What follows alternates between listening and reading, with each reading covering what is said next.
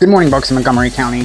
Today, my name is David, and I'm with Penn Roofing. I'm in here to help explain to the customer, to the end user, which is yourself, how do you determine whether or not a roofer or contractor is being honest with you. First, before they step onto the property, do your research. Go online, make sure they have an updated, valid website, and also look for Google reviews. Read the Google reviews, right? And be leery of the ones that don't make sense. This is very important.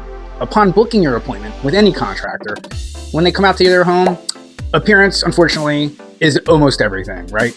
They say not to judge a book by its cover. However, every little thing you can gather on your side in terms of information will help build your knowledge about the company and about that individual. For instance, if they pull up in a rusty, beat-up Geo Metro from 1987, this might not be the reputable company that you want to give a $10,000, $20,000, $30,000 check to, right?